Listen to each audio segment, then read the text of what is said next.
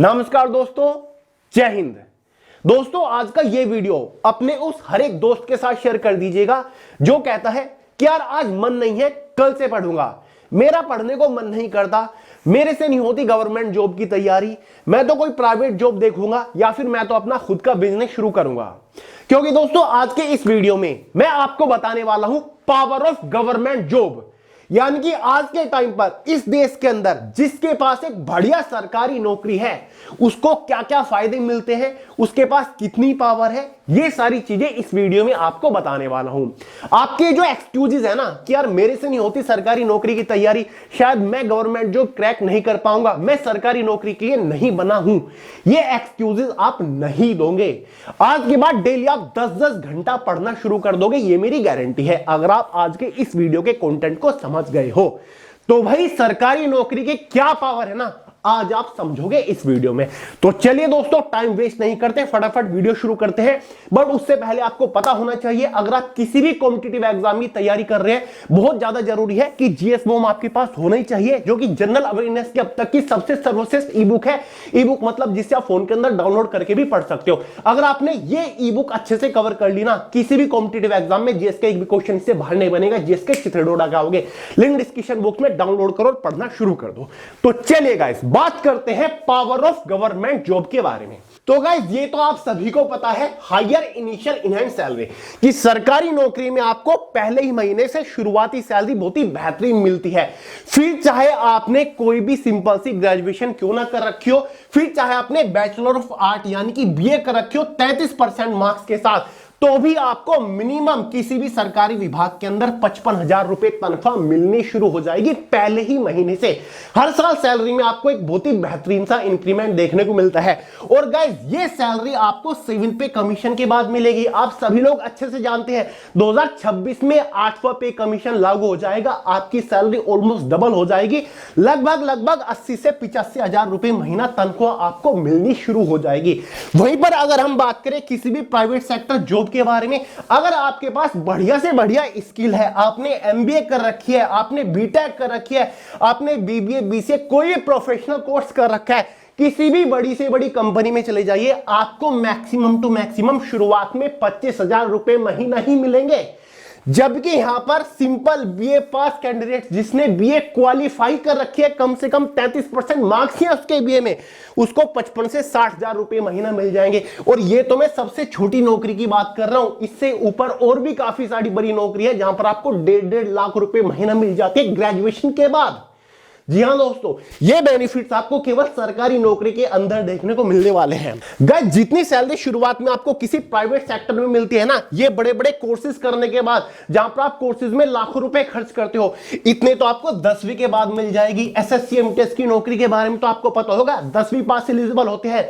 उस एग्जाम को क्रैक करने के बाद भी आपको 38 से 40,000 रुपए महीना तनख्वाह मिल जाती है। और विभाग पता है कौन से मिलते हैं? मंत्रालय मिलते हैं आपको, बड़े बड़े, बहुत ही बड़े बड़े सरकारी विभाग मिलते हैं। Central bureau of investigation, intelligence bureau, NIA जैसे विभाग आपको देखने को मिलते हैं।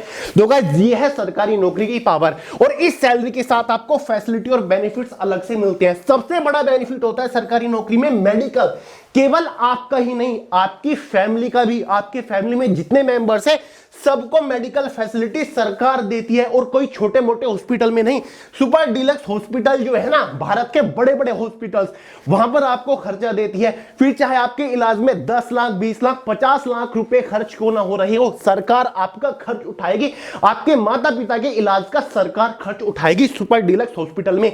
यह फैसिलिटी आपको कोई भी प्राइवेट सेक्टर या फिर बिजनेस नहीं देगा, यह फैसिलिटी केवल आपको गवर्नमेंट जॉब दे सकती है, फिर चाहे वो कितनी भी छोटी सरकारी नौकरी क्यों ना हो। छोटी सी छोटी सरकारी नौकरी में आपको सैलरी के साथ साथ एचआरए, हाउस रेंटल अलाउंस मिल जाता है, सीईए, चिल्ड्रन एजुकेशन अलाउंस, यहां तक कि shoe polish allowance, uniform maintain allowance, newspaper allowance जैसी चीजें आपको देखने को मिलती है। जी हां दोस्तों, इतने सारे एक्स्ट्रा अलाउंसेस आपको देखने को मिलते हैं सरकारी नौकरी में। तो भाई, ये एक प्लस पॉइंट तो सरकारी नौकरी का सब लोग जानते हैं कि जहां पर आपकी नौकरी लगी पहले ही महीने से आपको बेहतरीन सैलरी मिलना शुरू हो जाती है। दूसरा बड़ा बेनिफिट, रिस्क बेनिफिट।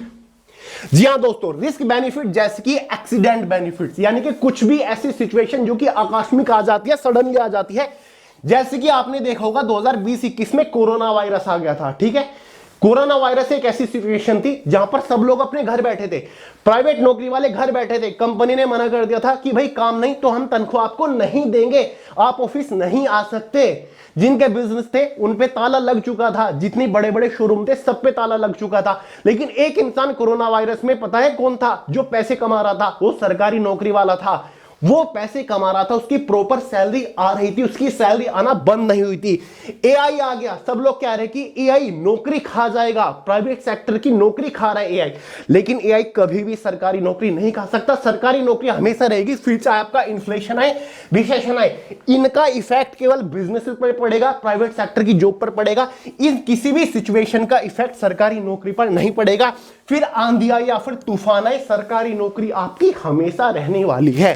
जी हाँ दोस्तों, साथ ही एक्सीडेंट, भगवान ना करे कोई ऐसी सिचुएशन बन जाए, आकस्मिक कोई दुर्घटना हो जाए, ठीक है, लेकिन फिर भी अगर हम मान के चलते हैं तो सरकार हमेशा आपको बैठ के खिलाएगी। कोई ऐसी दुर्घटना हो जाती है कि आप जॉब नहीं कर सकते, ठीक है, लेकिन फिर भी उस सिचुएशन में सरकार आपको घर बैठ के खिलाएगी, आपका इलाज करेगी, आपके घर बैठे तनख्वाह आएगी, अगर ऐसी कोई सिचुएशन आ जाती है। लेकिन ऐसी कोई भी बड़ी से बड़ी प्राइवेट नौकरी नहीं है, ऐसा कोई भी बिजनेस नहीं है कि ऐसी दुर्घटना में आपको घर बैठे खिलाए। घर बैठे आपको केवल सरकार खिला सकती है, और अगर इससे भी ज्यादा वर्स्ट सिचुएशन हो जाती है तो भाई आपके फैमिली मेंबर को यहां पर सरकारी नौकरी मिलेगी।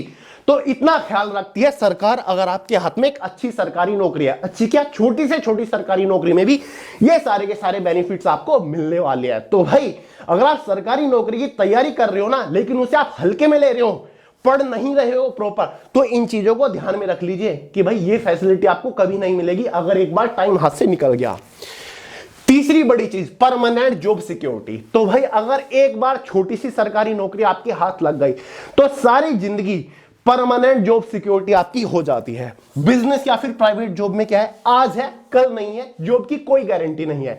आपको पता है बड़ी बड़ी जो कंपनी है, मल्टीनेशनल कंपनी है, फेसबुक उठा लो या फिर मेटा उठा लो, एप्पल उठा लो या फिर गाइस टीसीएस, ये सारे के सारे हर साल 25-30 हजार लाख एम्प्लॉयज को बाहर कर रहे हैं, ठीक है।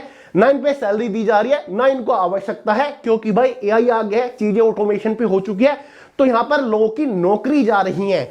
लेकिन सरकारी नौकरी में क्या है, हमेशा रहेगी, चाहे दुनिया इधर से उधर हो जाए। एक बार सरकार ने आपको नौकरी दे दी तो भाई नौकरी आपकी रहेगी जब तक आपका कार्यकाल है। तो कोई आपसे सरकारी नौकरी नहीं छीन सकता। अगर आप ईमानदारी के साथ विभाग के साथ काम कर रहे हैं तो सरकारी नौकरी हमेशा रहेगी, परमानेंट जॉब सिक्योरिटी रहेगी, हमेशा आपकी अच्छी खासी तनख्वाह आती रहेगी, हमेशा हर साल आपकी तनख्वाह बढ़ती रहेगी, ठीक है। यह फैसिलिटी केवल आपको एक सरकारी नौकरी में मिलेगी, कहीं पर आपको नहीं मिलेगी। चौथी चीज, वर्कलोड। गाइज अगर आप प्राइवेट जॉब कर रहे हो, अपना खुद का कोई बिजनेस शुरू कर रहे हो, बिजनेस का तो ऐसा है आपकी जेब नोटों से भरी हो, आपके पास बढ़िया मनी फ्लो, कैश फ्लो हो, तभी आप कोई बिजनेस कर पाएंगे। बिना पैसे के आप इस सिचुएशन में कोई बिजनेस नहीं कर पाते, तो बिजनेस की तो बात हटा ही लो। अगर आप सोच रहे हो कि मैं प्राइवेट जॉब ले लूंगा, बीटेक कर लूंगा, फिर ये कोर्स कर लूंगा, वो कोर्स कर लूंगा, लाखों रुपए खर्च करके आप बड़ा कोर्स करोगे, उसमें क्या होगा, प्राइवेट सेक्टर में जाओगे, जॉब करोगे, थोड़े से पैसों के लिए आपको दुनिया भर का काम थमा देंगे। हमेशा आपके सीट पे एक मैनेजर नाचेगा, ठीक है, जो कि आपको अपने हिसाब से काम कराएगा, ठीक है। कोल्हू के बैल बन जाते हैं भाई प्राइवेट नौकरी में। संडे को भी होश नहीं रहता, संडे को भी घर काम ले लेके आते रहते हैं। कोई पब्लिक हॉलीडे प्राइवेट जॉब वालों को नहीं मिलता, इतना वर्कलोड है गाइस, हमने तो देखा है, ठीक है। गवर्नमेंट जॉब का क्या है, वर्कलोड आपको पता है बहुत ही कम होता है प्राइवेट जॉब के कंपैरिजन में। सभी के सभी पब्लिक हॉलीडे आपको मिलेंगे, ठीक है, कोई क्रिसमस हो, दिवाली हो, जितनी भी सरकारी छुट्टियां होती हैं वो तो आपको मिलेगी। संडे को आप बिल्कुल फ्री रहने वाले हो। तो ये जो है, ये चीज जो है वर्कलोड की, ये भी आपको सरकारी नौकरी के अंदर ही देखने को मिलेगी। बात करते हैं पांचवें पॉइंट की, सैलरी प्लस पावर। ये तो आपको पता चल गया, सरकारी नौकरी लगते ही सैलरी तो आपकी बढ़िया है ही, उसी के साथ साथ पावर भी आपके हाथ में आती है, ठीक है। पावर मतलब ओदा, रेस्पेक्ट, रेपुटेशन। गाइस ये सबसे बड़ी चीज होती है, ठीक है, ये सैलरी से भी बड़ी चीज होती है, रेस्पेक्ट, रेपुटेशन, ओदा, ठीक है। अब देखिए देश में सबसे ऊपर क्या है, देश को कौन चला रहा है, ठीक है, सरकार चला रही है। आप उसी सरकार सरकार में होंगे, आप उसी सरकार के लिए काम कर रहे होंगे। अब बताइए आपके ऊपर यहां पर कौन हो गया। अगर आपकी एक सरकारी नौकरी लग गई ना, तो कोई भी भाई एक सरकारी अधिकारी से उलझने से पहले 10 बार सोचेगा कि भाई सरकारी अधिकारी है, इससे पंगा नहीं लेना है। तो इतनी पावर होती है एक सरकारी अधिकारी की। और छोटे से छोटे अधिकारी की मैं बात कर रहा हूं, ठीक है, जो 10वीं पास करके एक अच्छी सरकारी नौकरी लेता है ना, उससे भी पंगा लेने से लोग डरते हैं कि भाई सरकारी अधिकारी है, इससे दूर रहो, ठीक है। इतनी पावर होती है एक सरकारी अधिकारी के हाथ में। अब बहुत सारे लोग बोलेंगे कि भैया गूगल इतने पैसे दे रहा है, वो कंपनी इतने पैसे दे रही है प्राइवेट जॉब में, ठीक है, लाखों रुपए खर्च करके आप यहां पर बड़े बड़े कोर्स करते हो और एकदम से आपको कोई नहीं देता। शुरुआत 15, 20, 25, 30 हजार से आपकी होती है, ठीक है, तब तक आपके बाल झड़ने लगते हैं। गवर्नमेंट जॉब में भी ऐसे बहुत बड़े बड़े डिपार्टमेंट है जो कि आपको लगते ही 2-2 लाख रुपए महीना तनख्वाह दे रहे हैं, और जब कभी आपका रिटायरमेंट होता है ना, 10-10, 12-12 लाख रुपए, ठीक है, आपका रिटायरमेंट होता है, उससे भी ज्यादा आपका होता है, ठीक है। और प्राइवेट जॉब में भी तब आपको प्रमोशन मिलता है जब आपके पास एक्सपीरियंस हो जाता है, आप अपने स्किल को पॉलिश करते हो, नई चीज सीख के आप प्रमोशन के लिए अप्लाई करते हो। गवर्नमेंट सेक्टर में आज आपने छोटी सरकारी नौकरी से शुरुआत करी, आपको कौन रोक रहा है प्रमोशन लेने से? बड़ी सरकारी नौकरी के लिए अप्लाई करिए, तैयारी करते रहिए, अपना ओहदा बढ़ाते रहिए, रैंक आपकी बढ़ाते रहिए। आपको प्रमोशन लेने से कौन रोक रहा है? आपके हाथ में है। जिस डिपार्टमेंट के लिए अप्लाई करना चाहते हैं आप कर सकते हैं सरकारी नौकरी में रहते रहते, ठीक है। तो ही ये सारी बेनिफिट्स आपको मिलते हैं, ठीक है। वो टाइम चला गया कि यार सरकारी नौकरी में सैलरी कम है। सैलरी देखो कितने, 8वां पे कमीशन लगने वाला है, ठीक है। एक एसएससी एमटीएस की जो नौकरी है ना, उसमें भी आपको 60-65 हजार रुपए तनख्वाह लगते ही मिलेगी 10वीं पास वालों की है गाइस। तो ये पावर है एक सरकारी नौकरी की। अभी बोल रहा हूं भाई, टाइम है, बहुत ज्यादा बड़ा खेल नहीं है, 3-4 महीने का खेल होता है।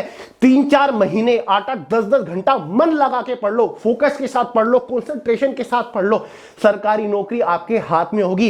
रेलवे ने अपना एग्जाम कैलेंडर जारी कर दिया है, 8-10 वैकेंसीज रेलवे की आएंगी। एसएससी ने अपना एनुअल एग्जाम कैलेंडर जारी कर दिया, 10 से 12 एसएससी वैकेंसीज निकालेगा। वहीं पर गाइस DSSS ने अपना एनुअल एग्जाम कैलेंडर जारी कर दिया है, यूपीएससी ने अपना एनुअल एग्जाम कैलेंडर जारी कर दिया, आईबीपीएस ने अपना एनुअल एग्जाम कैलेंडर जारी कर दिया। किस चीज का वेट कर रहे हो? एक अच्छी सरकारी नौकरी को टारगेट करके तैयारी करना शुरू करो। अगर आपको ये सारी फैसिलिटीज चाहिए, ये आपको ओहदा, रेपुटेशन, रेस्पेक्ट चाहिए, तो भाई सरकारी नौकरी की तैयारी करना शुरू कर दो, हल्के में मत लो, ठीक है। यही है बस आजकल तो, ठीक है, इसी का ही चल रहा है दबदबा। तो मैं यही कहना चाहता था कि भाई अच्छे से समझ जाओ, सरकारी नौकरी में जो बेनिफिट्स आपको मिलेंगे ना, जो परमानेंट जॉब सिक्योरिटी मिलेगी, वो आपको कहीं नहीं मिलने वाली है, ठीक है। तो भाई मेहनत करो, मोटिवेशन के साथ, पॉजिटिविटी के साथ आगे बढ़ते रहिए। आज फेल हुए, कोई टेंशन लेने की जरूरत नहीं है, डिसअपॉइंट होकर, निराश होकर नहीं बैठना है, ठीक है। उससे भी आप अपने फेलियर से भी कुछ सीखे रहे हो, अगले के लिए अप्लाई करें, नेक्स्ट के लिए तैयारी करें। सिलेक्शन जरूर होगा अगर आपने ठान लिया है। डिवोशन, डेडिकेशन, डिटर्मिनेशन अगर आपके अंदर है, तो भाई आपको आगे बढ़ने से कोई रोक नहीं सकता। ये चीज आप मुझसे लिख के ले लो, ठीक है। तो वीडियो पसंद आई हो, लाइक करो, दोस्तों के साथ शेयर करो, चैनल को सब्सक्राइब करना मत भूलिएगा। मिलते हैं अगली वीडियो में बहुत ही जल्द, तब तक के लिए जय हिंद।